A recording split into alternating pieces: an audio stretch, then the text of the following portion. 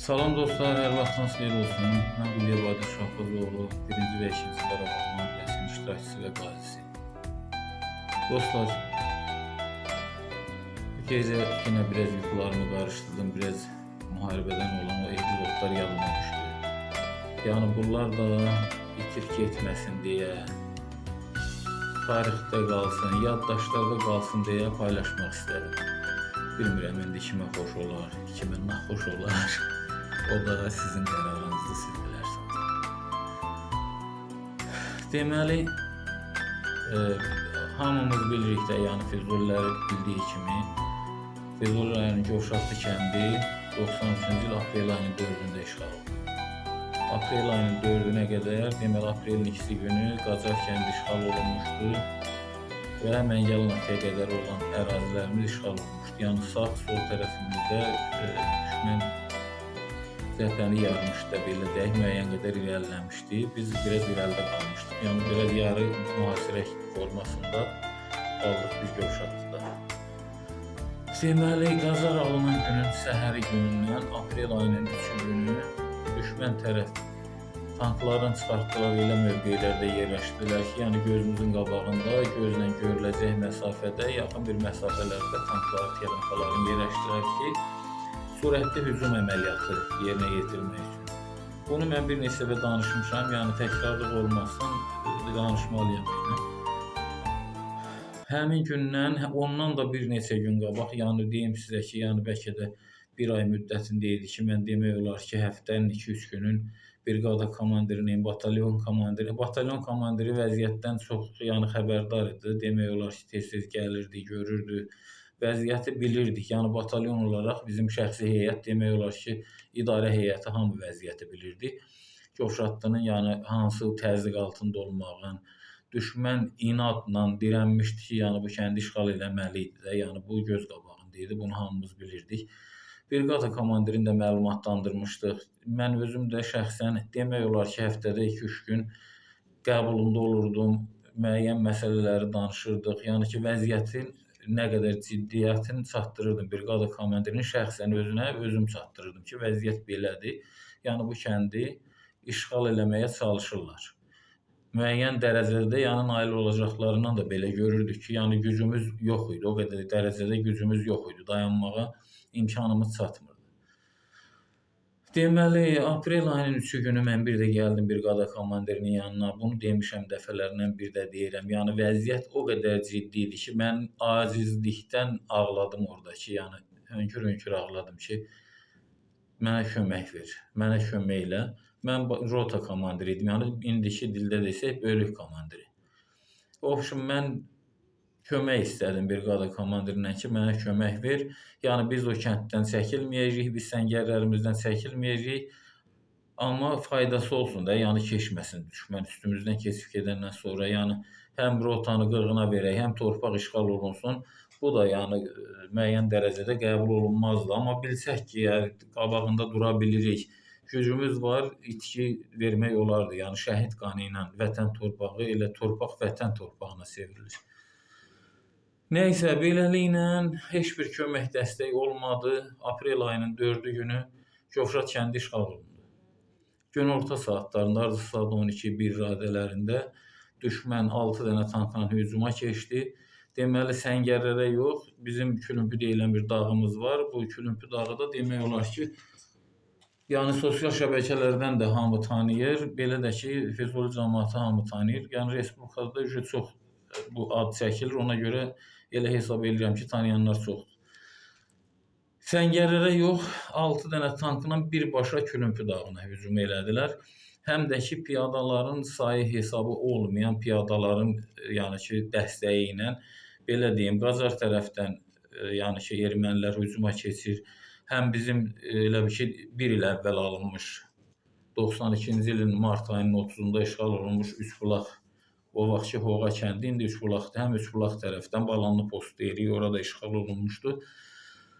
Yəni, üç tərəfdən, həm sağdan, soldan, bir də üzbəyüzdən. Hamı birbaşa Külümpüdə olan postu vurmağa başladı. Həm artilleriya işlədikcə piyadalar irəlilədi, tanklar irəlilədi. Biz də Külümpüdə granatamiyotumuz var idi, Qumbaratanımız, bir də TŞK deyilən pulemyotumuz var idi. TŞK pulemyotda Əhmədov Tariyel Rızavoğlu, granatamiotda Həsənov Sərvan Əkbəroğlu, yəni əskər kimi tanıyır hamı. Əskəroğlu, mən də Quliyevadir Şahbazoğlu. Biz 3 nəfər olmuşuq Gülümpü dağının üstündə. Mən rota komandiri kimi, yəni dağda həm elə bil ki, komandirski punkt kimi sayılırdı ora. Ərazi hər yer görünürdü. Ona görə ən çox orada dayanmağa üstünlük verirdik həmişə. Yəni bütün rotanı görmək üçün. Ermənilərin hücumu başladı. Birbaşa Gülümpü dağına tanklarla hücum elədilər. Tankların üstündə də piyadaları gətirirdilər. Hər tankın üstündə demək olar ki, bir 20 nəfər piyada ilə gəlirdi. Bizim TŞK pulemyotundan Tariyel Əhmədov sağ olsun, çox dəqiq atışlarla tankın üstündəki piyadaları demək olar ki, qırırdı. Yəni gözlə görünürdü ki, tankın üstündən, yəni görünən məsafədən çox yaxın məsafədən başlamışdı hücum. TŞK-nın güllələr də tankın üstünə dəydikcə od çıxırdı. Oradan o vurulan əskərlərin də yuvarlanıb yerə düşməyini də görə bilirdik. Beləliklə, bunlar bir partiya hücum elədilər, dayanmağa məcbur oldular. Təzədən artilleriyanı demək olar ki, ərazidə nə qədər artilleriya vardısa, hamısını yönəltdilər həmin bizim Gülümpü dağına. Bizim TŞK-nı səngərin içində vurdular, yararsız hala düşdü. Sonra təkrar hücum başladı. Biz düşmən tanklarını buraxdıq. Demək olar ki, lap yaxın məsafəyə qədər düz Gülümpü dağının döşünə qalxdılar. Dağın yaxasında harca bir 300 metrik məsafədən granatamiotla Həsənov Sərvan başladı granatamiotla tankları atmağa. Burada da inandırım sizi ki, o qədər yerdən bizə, yəni bu xırda çaplı silahlardan atəş açılır, avtomatlardan, pulemyotlardan. Demək olar ki, baş qaldırmaq mümkün deyil də, güllələr arı kimi vızıldayırdı. Təsəvvür eləyin ki, həmin döyüşdə mən bir dənə də olsun güllə atmamışam. Silahım da, bizim orada blindajımız var idi, yeraltı. Orada divarda asılı idi, axıra qədər də asılı idi. Axırda götürdüm, atdım çiynimə, çıxdım, getdim də bu vəziyyətdə. Mən sipər dayanıram, canını qoyuram canımı ortaya, sipər dayanıram ki, yəni güllə mənə dəyəcək, Sərvan sən tankı vurasın. Mən səngərin içində dik ayaq üstə qalxıram, Sərvan qalxır mənim qabağımdan, buradan dayanır, tanka granatamiotla ateş açır. Beləliklə, oxşum tankları ikinci dəfə də yerə oturdurduq. Üçüncü dəfə yerə oturanda bunlar gördülər ki, dağa qalxmaq mümkün deyil, fırlandılar dağın arxasına. Qacar tərəfdən İrzivan yolu deyilən tağ, yuxarı kəndlərə, yəni Salakətin, Dıraqdik tağ yolu var. Oradan bizim kəndin arxasına yol fırlanır. Keçdi tanklar bizdən arxanı bağladılar. Arxanı bağladılar. Deməli, tanklar arxaya keçəndə mən məcburiyyətdən rotaya geri çəkilmək tapşırığı verdim. Rota geri çəkilənə qədər, axırıncı əskər kəndi tərk eləyənə qədər biz 3 nəfər həmin səngərdən çıxmadıq. O yerə qədər ki, deməli, Gülümpünü tanıyanlar bilir. Bir Gülümpü böyük dağ var, bir də aşağıda Bala Gülümpü deyirdik. Dağdakı topumuz vardı. O vurulandan sonra aşağıda Bala Gülümpünün düz üstünə top qoymuşduq. Orada da Həşimov Tarif vardı, baş leytenant Belesuvardan. Artilleriyanın, orada olan uşaqların komandiri də oydu. Onlar da sağ olsunlar, axıra kimi işləyirdilər. Orada top durmadan sustura bilmirdilər, atırdı, sağ olsunlar. Yəni onlara doğrudan da xüsusi təşəkkürümü bildirirəm. Bəlkə də kimlərsə görəcək məni. Oxşum, beləliklə rota çəkiləndən sonra biz 3 nəfər səngərdən çıxdıq. Mən girdim blindajdan, silahımı götürdüm, atdım çiynimə. Yendi yüz aşağı. Burada da demək olar ki, hamımız kəllə-beyin travması almışdıq. Sərvanın qulaqlarından qan axırdı. Belə ki, yəni o hansı məqamda ki, mən sipər dayanırdım, Sərvan granatamiotla vurur, atəş açırdı. Həmin məqamda düz qabağımızdan səngərin düz o torpaq tökülən tərəfindən bir dənə mərmi düşdü. Torpağı bax belə yəni qatladı üstümüzə, ikimiz də qaldıq torpağın altında. Mən çıxdım, Sərvanı çəkdim, çıxartdım. O vəziyyətlə yenə də biz ateş açdıq. Dayandırdıq, yəni o məqama qədər, o yerə qədər saxladıq ki, bizim uşaqlar rota kəndi tərk elədi. Tam bizdən arxaya çəkilənə qədər dayandıq. Rota bizdən arxaya keçəndən sonra dedim, biz də çıxdıq, getdik, yəni çəkilirik. Yendik, deməli bir dənə də tank gəlib Həşimov topunun üstünü tapdalayıb durmuşdu topun üstündə. Biz dağdan yenəndə tankla bizim aramız yenə 200-300 metr olar. Yəni oraları tanıyanlar bilir. İnşallah qismət olacaq bir gün də orada əyani bu çəkiliş eləyəcəm. Yendik dağdan. Oradan da bizə çox güllə atdılar, nağardılar. Da tankdan PK pulemyotla atır. Tanka bizdə qranatomet snaryadımız yoxdur. Avtomatla da tanka güllə atmaq mənasızdır. Yavaş-yavaş çəkildik, oxşum çıxdıq.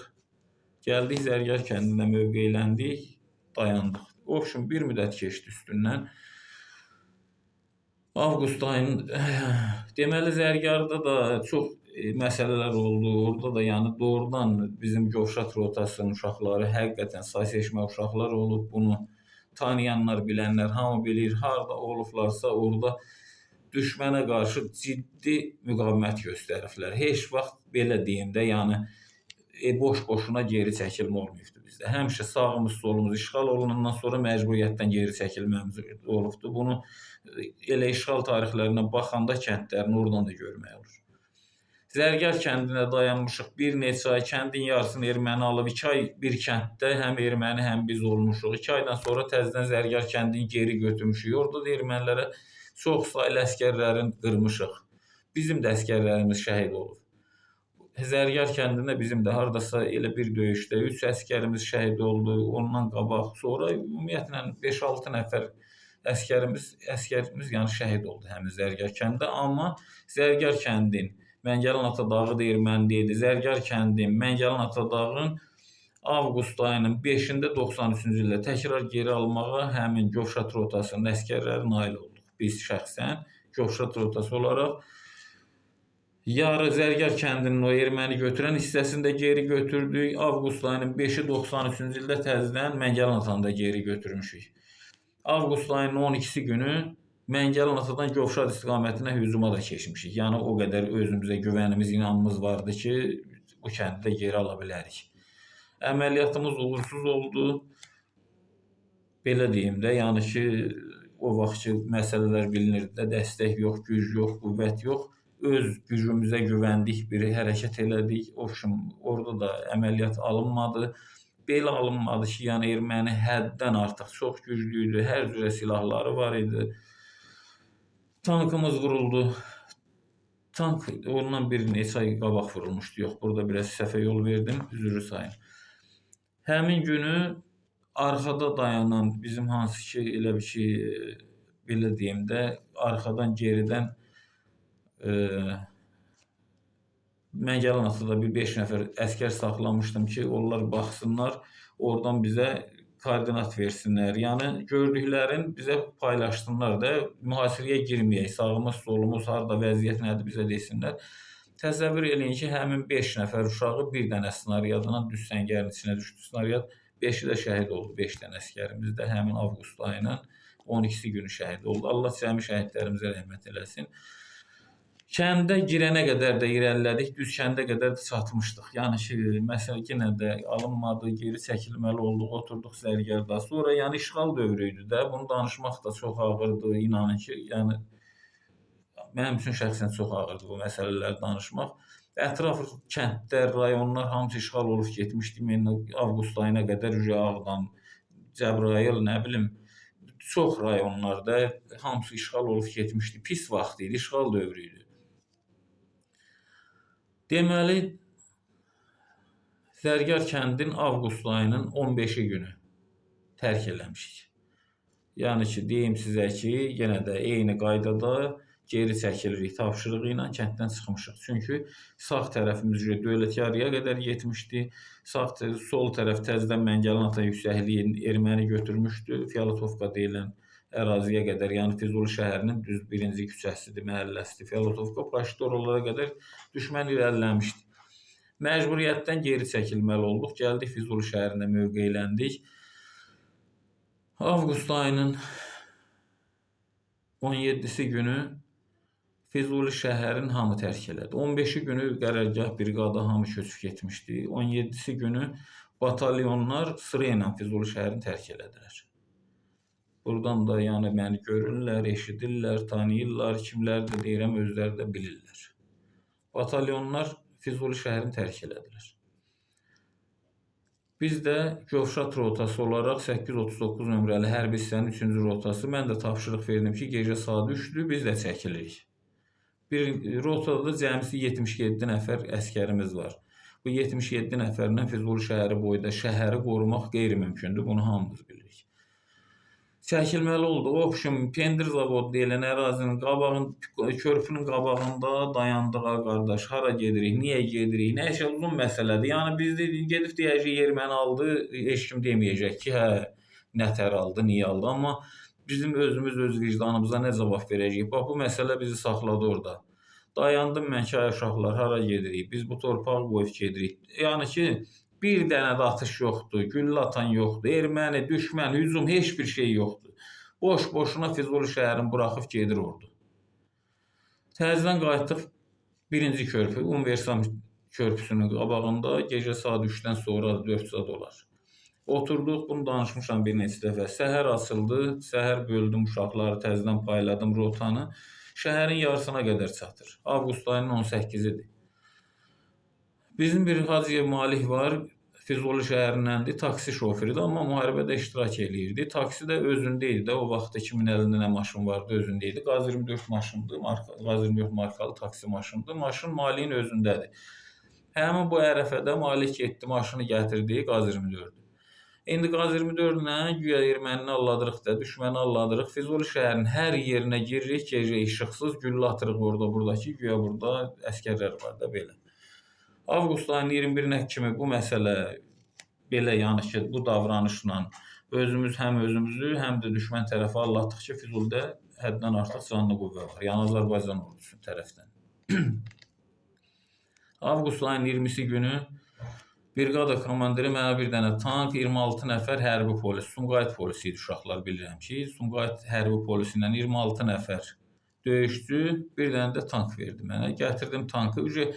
İşıqlı kəndi, aşağı Əbdürrəhmanlı təsəvvür eləyin ki, avqust ayının 17-sində Əbdürrəhmanlı, İşıqlı, yüz aşağı kürdlər, bu kəndlərin hamısı işğal olunmuşdu. Girib Əbdürrəhmanlıdan diri mülki əhali də götürmüşdü ermənilər, girov götürmüşdülər. Əbdürrəhmanlı ilə də Füzulinin arası az 10 kilometr. Geridə ermənilər əməliyyat aparırdı, biz içəridik Füzuli şəhərin içində. Sol tərəfimizdə Əbdürrəhmanlı tərəfə. Sağ tərəfə də Seyid Mahmudlu kəndi, Köndələn gölünün qutaracağında Seyid Mahmudlu kəndi, Qərbənd kəndi bunlar alınıb, işğal olunub. Birbaşa Füzuli şəhər yoluna nəzarət eləyir ermənilər. Tankı bir təhər keçirdim, gətirdim. Opşum, Füzulinin Cəbrayıl tərəfdən girişinə, İşıqlı kəndi tərəfdən girişinə Dədəli Kurqu deyilən yer var. Həmin kurqda qoymuşam tankı. Bir gün gecə keçdi üstündən, səhəri gecə çıxdım, baxdım, opşum orada gördüm 4 dənə tank durub. Burada da mənə də məlumat vermişdilər ki, əməliyyatlar gedir, planlar işlənir. Opşum, bizim sol tərəfimiz üzü geri tək hücum olmalıdır. Bizim Azərbaycan ordusu tərəfindən hücum olmalıdır, kəndlər geri götürülməlidir. Mən sevindim ki, yəqin ki, bizimkilər hücum elədi, kəndləri azad elədilər. Birbaşa Maliyə dedim ki, Malih sür, Qaz 24 maşında taksini, taksini də cəmaət elə başa düşür, taksiyə minib gedir deyə, yox. Yəni bu taksi maşını bizə xidmət eləyir. Malih sür, tankların yanına baxaq nədir? Biz də maşının pəncərəsindən oturuq, bədənimiz çöldədir. Normalda o maşında olmalı idi, Kərimov xan kişi də olmalı idi, yoxdur. Yəni ki, müəyyən səbəblərdən yoxdur yanımızda. Akif arxa pəncərədən oturub, Eyvazov Akif bədəni, yəni maşının üstündə əlini qoyub, elə bir ki, sol tərəfdən, mən də sağ tərəfdən qabaq qapının pəncərədən oturmuşam maşının üstündə. Akiflə belə söhbət edirik, Maliyə də işarə elədim əlimdən ki, yəni sür tanklara tərəf, Dədəli Kurğuna. Gedəndə Akif mənə dedi, bunlar erməni, dedim, erməni nə gəzir orada. Opşum, yaxınlaşdıq tanklara. Bunlar 2 nəfər çıxdı qabağımıza silahla dayanma, yəni bizim belə də qarşıladılar. Onlar da bilmədi biz kimik. Malih də sürdü, qorxudu. Opşum, girdik burada, düşdük yerə maşına, salam əleykum, mən dedim, hamımızda bədənimiz çılpaqdır. Avqust ayıdır. Opşum, burada bir pərən-pərən düşdü. Burada olan ermənilərlə bir deyim sizə ki, yəni 1 dəqiqə zad, 2 dəqiqə belə baxışdıq bir-birimizə, tanımağa, anlaşmağa çalışdıq ki, bu nə məsələdir? Məsələ məlum belə anlaşma, belə bir-birimizi tanıdıq ki, erməni birinci güllə ilə məni vurdu, onda bildik ki, bunlar ermənidir. Ondan sonra elə bir şey, Allaha qurban olum, Allah verdi. Allah bizim tərəfimizdə oldu. Haqqın haqq tərəfimizdə oldu. Yəni biz haqlı olduğumuza görə demirəm qəhrəmanlıq elədik. Orada olan hardasa 4 tank, bir dənə BMP dururdu. Demək olar ki, ayaq üstə bir nəfər də qalmadı. Hamısını vurduq. Mən yaralanmışdım. Üzr istəyirəm, bu remen bağlanan yerdən güllə remeni də qırmışdı belimdə. Belə dedim çəkildik. Maşın qabaqdadır, hamısı güllələnibdi. Maşını qoyduq, çəkildik. Yendi aşağıda bir erməni vardı. Onu da vurduq, keçdik, qaçdıq. Qaçdıq deyəndə ərazini belə deyim də, yəni ki, qoruma atəşi ilə aralaşdıq, çəkildik ərazidən. Ərazidən çəkildik, sərəkənə, nəysə, bu da uzun epizoddur, görürəm, çox getdi söhbətim. Çıxdıq, çəkildik, hospital apardılar məni, əməliyyat, müalicədən sonra təkrar yenə qayıtdım orduya. 96-nın sentyabr ayının 18-nə qədər xidmətimi davam elətdirmişəm. Sentyabr ayının 18-də rəsmi təxris olmuşam Azərbaycan ordusundan. İkinci Qarabağ müharibəsinə də yenə də sentyabr ayının 27-si başlanan Qarabağ müharibəsində sentyabr ayının 29-unda təzədən formamı geyinib, silahımı alıb əlimə rəsmi qeydiyyatla cəbhəyə getmişəm, müharibəyə qoşulmuşam. Oktyabr ayının 20-sində də sağ qolumdan bir qəşəng sağlığınıza yara almışam, hələ də davam eləyir. 28 dekabr 2024-cü ildə axırıncı dəfə əməliyyat olmuşam. Bir fiksator deyilən dəmir qoymuşlar. Yəni orada qığırdaq yoxdur da, dirsək yoxdur, lülə sümükləri yoxdur. Bunu bilirsiniz, baş ağrısı olmasın. Bunlar dəyişiləndən sonra fiksatorda indi vallahi tarixdə yanında bir həftə çıxardıblar. Yəni ki, hələ də onun əziyyətini çəkirəm. Bu da belə öz yerində, vətən sağ olsun. Deməli dostlar, bu məsələlər indi qoyaq keçək əsas söhbətə. Deməli 2004-cü ildir. 2004-cü ildir. Əlimdə elə siz deyən bir yaxşı telefon da yoxdur ki, məsələn internetim ola, yaxud da ki YouTube'a baxam, nəyəsə baxam, nəysə belə şeylərdən heç anlayışım da yoxdur. Bir nəfər yoldaş var, yaxşı da yoldaşdır. Adı dedi ki, bir dənə erməni var. Oturub internetdə, yəni YouTube'dan xatirələrini paylaşır. Erməni xatirələrini paylaşır, hansı ərazini, nə vaxt, hansı formada işğal elədikləri barədə qəşəng məlumatlar verir belə könül xoşluğu ilə. Dedim, nətər eləyək, bununla nətər danışmaq olar. Bu şərait yaratdı, evlərində bunların kompüterləri var idi. Dedi, gedək bizə. Getdik, oturduq, bu yazdı oradan, erməni bir neçə saatdan sonra gördü, bunun yazısını çıxdı.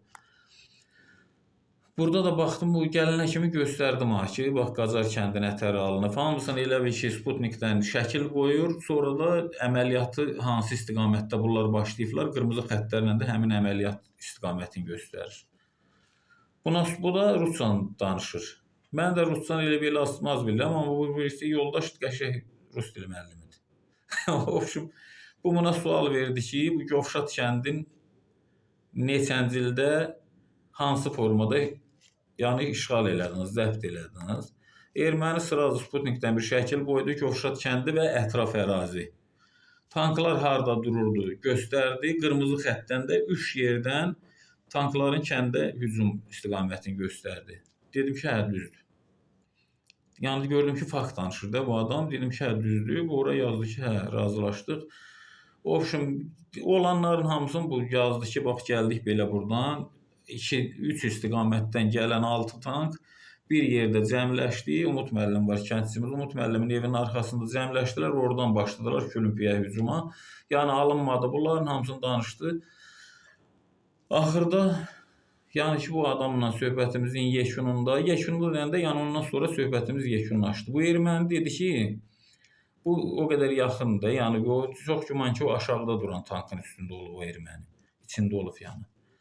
O erməni dedi ki, ən axırıncı məqamda, yəni Sami Последний moment, yox, soruşdu ki, hansı tərəfdə post edin? Onlar indi Hoğa, Balanlı postu demirdi də, Edilli soruşurdu. Sonra Edilli, ili где подбита пушка. Yəni vurulan topun yanında edin, yoxsa Edilli tərəfdəki posta. Mən də dedim ki, topun yanında da, vurulmuş topun yanında. Erməni dedi ki, Sami последний moment вышло там трое. Если из них один, то я тебя обожаю. Erməni. Ona görə dedi ki, yəni biz orada 3 nəfərlə 6 dənə tanka qarşı həqiqətən kişi kimi müharibə elədik. Canımızı qoyduq ortaya. Həqiqətən canımızı qoyduq ortaya. İndi salamat qaldıqsa bu Allahın lütfu idi. Bugünkü günə qədər də salamatıqsa yenə də Allah bizə nətər dəllər güzəşt eləyib. Kiminsə xatirinə, nəyinsə xatirinə bilmirəm. O təzədən erməniyə dedim ki, mən sənlə biz ikinci dəfə yenə görüşmüşük. Əgər sən o tankların üstündə həmişə, yəni işğalçı da bu şturmoviksənsə, səndən Füzuli şəhərində görüşmüşük, Dədəli Qurğunda. Həminki elə 3 nəfərlə Dədəli Qurğunda görüşdük sizlə. Orada da sizin orada olan insanların hamısı güllələndi də. Yəni orada salamat insan qalmadı. Hamımız orada olan düşmən əsgərlərin hamısını vurmuşduq. Amma əslində elə bir şey, Külümpüdə olanda Həsənov Sərvan, Əhmədov Taryel, mən Quliyev Adil idim. Amma aşağıda Füzuli şəhərində olanda Hacıyev Malik idi, Eyvazov Vakif idi, mən idim, üçümüz idik. Prosto mən yəni dedim ki, elə həmin adamlardı, belə dedim erməniyə. Erməni də dedi yaralıyam, əlilliyi vardı, şəklini də göndərdi çəliylə zadla. Dedi mən əliləm, pensiyadayım. Özü də Hadrutda yaşayan ermənidir, amma Rusiyada oturmuşdu. Rusiyadan yazırdı. Erməniyə bu axırıncı epizodu danışandan sonra erməni bir də məndən görüşmək istəmədi. Yəni ki, o çəkildi, yazılarımıza da cavab vermədi. Yəni belə bir şeylər oldu. Mən də istədim ki, bunu danışım, tarixdə qalsın, yaddaşlarda qalsın. Bilinsin ki, yəni əziyyət çəkmişik, zəhmət çəkmişik, canımız bahasına, canımızı ortaya qoymuşuq. 96-cı ilə qədər birinci xidmətdə yəni olan o geri çəkilmələr, olan o, yəni mən heç vaxt özümü uduzumu saymamışam. Müvəqqəti yəni bir geri çəkilmələr var idisə, o Azərbaycan əskərinin günahından deyildi. O, yəni ki, o vaxt arxamızda bugünkü qüdrətli dövlətimiz yox idi. Bugünkü nizami ordumuz yox idi. Deyim sizə ki, əskərlərimiz elə bugünkü əskərdir, həminki əskərdir. Bugünkü əskərlər elə o əskərlərin davamçılarıdır. Allah hamısına ömür versin, Allah cəmi şəhidlərimizə rəhmət eləsin. Silah, sursat, təminat, qüdrətli dövlət arxamızda yox idi. Ona görə uduzurduq. İkinci dəfədə bu müharibədə, yəni 2-ci Qarabağ müharibəsində işğalını iştirakıma görə özümü doğrudan da çox xoşbəxt sayıram ki, Allah qismət elədi. Təkrardan o torpaqlara qayıda bildik, o torpaqları işğaldan azad eləyə bildik. Orada da mənim bir zərrə qədər əməyim oldusa, türklər demişkən nə mutlu mənim halıma. Allah hər birinizi var eləsin, Allah hamımıza can sağlığı versin. Allah millətimizi, dövlətimizi qorusun. Allah ordumuzu daim müzəffər etsin. Sağ olun, salamat qalın.